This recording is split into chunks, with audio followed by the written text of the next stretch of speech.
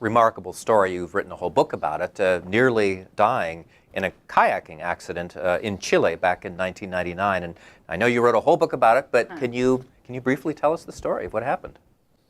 I'll tell it very briefly and try to address some of the more detailed aspects that will address some of the more scientific questions that I perhaps didn't focus on in the book. And my experience began when my husband and I went to Chile to kayak. And we are avid kayakers, so this was not on a lark.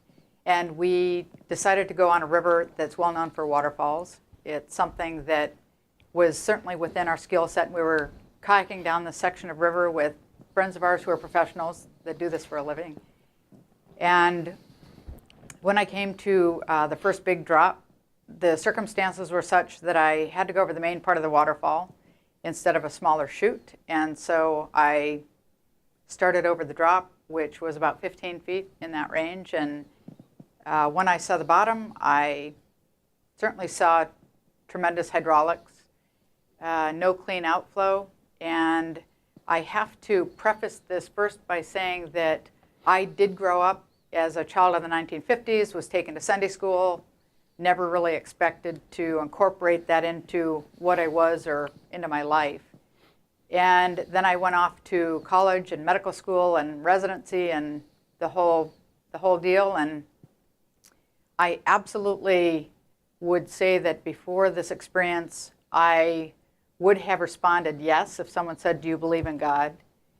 But I also absolutely subscribed and joined what I really feel is its own religion, which is really the religion of the intellect. You know, if I'm smart enough, if I spend enough money, and if I spend enough time looking at things, I will be able to answer all the questions that we're talking about. And so I, by no one's stretch of the imagination, would have been called a particularly religious person or a zealot, and really had not given much thought to the death experience.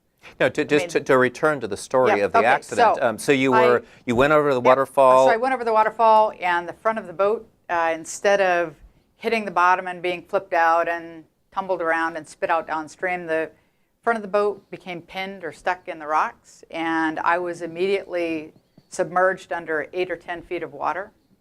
And so there were no air pockets. I was under solid water, so that I wasn't even visible from the surface.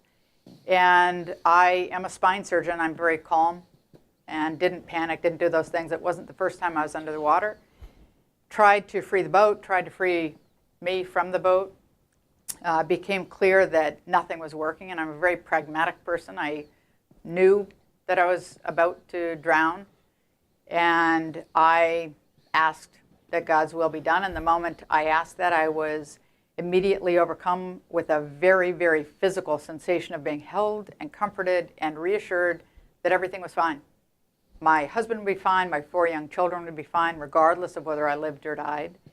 And we then went through a bit of a life review, and we looked at events not in isolation or judgment, but really looked at the beauty that came out of every event. And I was well aware of my circumstances. I could feel the water slowly sucking my body over the front deck of the boat. And I could feel my knees bending back on themselves and bones breaking and ligaments tearing. And at this point, I've been asked many times, well, did you feel yourself become unconscious? And I would say that I had been conscious and then more conscious. And I was still me. I was still my same somewhat cynical, analytical self. And my thought balloon off to the side was experiencing this and thinking, this is strange. And I thought about, okay, I know how long I've been underwater. How long were you underwater? Well, from the time that the people I was boating with identified where underwater I probably was to the time they initiated CPR was 15 minutes on the clock. And they would absolutely say that leading up to that point was another 15 minutes. So they are very clear that they believe I was underwater without oxygen for 30 minutes. I tend to focus on the 15 minutes because that is the shortest, absolutely objective measure of time. But I felt my body coming out of the boat, I felt my spirit peeling away from my body, and I could feel then my spirit rise up and out of the river. And I was immediately greeted by a group of somethings, people, spirits, beings. They were people that I absolutely knew on a very core level, had known me and loved me as long as I had existed. I knew them, I loved them, and we were all overjoyed. And I was very surprised with this whole process. I didn't have any preconceptions. And there was a shift in time, dimension, not quite sure what the words were, so that they could take me down this incredibly beautiful pathway toward this great dome structure of sorts that I knew was essentially the point of no return. I knew it was heaven, whatever word you want to put on it, and I could hardly wait. At the same time, I could look back at the scene at the river, and what had happened is my body came out of the boat, went downstream underwater, and actually bumped into one of the guys downstream. They pulled me out, started CPR, and I could see them do CPR.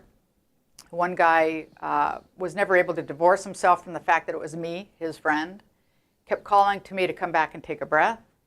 And I eventually would say, okay, and I'd interrupt our progress. I'd go back down this path, lie down, take a breath, and then rejoin these people, these spirits. I eventually did make it to this threshold, although he kept calling me back again and again and again. It was really very irritating. I did. So you didn't want to come back? Well, I hate to say it because my daughter is here, but one of the remarkable things, and really one of the things that was a great surprise to me, was an absolute sense of being home and an absolute sense of looking at my body, recognizing that that was my body, and that represented my life here. It represented my children. It represented my husband, and I had a great life. I had a husband that loved me. I loved my children more than I could ever imagine loving something on earth. I was not trying to escape something. I had everything to come back for, yet I had absolutely no intention of coming back, no desire whatsoever, part of which is I had been reassured. It wasn't just, you know, that's actually why I didn't tell my story for many years. I never wanted my children to know that I hadn't wanted to come back. I didn't want them to feel that they hadn't been enough of a reason. I'm sure we'll come back to some of the details of your story, but just to back up for a moment, you said that you were brought up as a Christian. Maybe you didn't have that strong a faith before, that certainly you have since. Do you think your background as a Christian, as a person of faith, shaped the nature of this experience? I do, to a degree. I absolutely believe that there is one God, and that is the God of all of us, and I believe that God speaks to us in the way we will understand. And I believe that we are greeted by God's most gentle messengers, and that is different for each of us. So, I mean, so for me, for example, when I think about my experience, what speaks to me and makes me feel wonderful is color and flowers and aromas. And that's what I experienced. If I had heard Bach or Mozart, I would have thought I was in the wrong place. I mean, that doesn't speak to me. But it's the same here on earth. The mountains speak to me, the desert speaks to other people. And so I do think that culturally, our initial experience is influenced by what we are. But I also think that that makes sense. Because if someone in the boat came to collect me, that would create fear because it would be unknown. But instead, it was a situation that made me feel wonderful. And I too felt this absolutely pure, all-encompassing, overwhelming love. Well, we have a panel full of scientists here. So.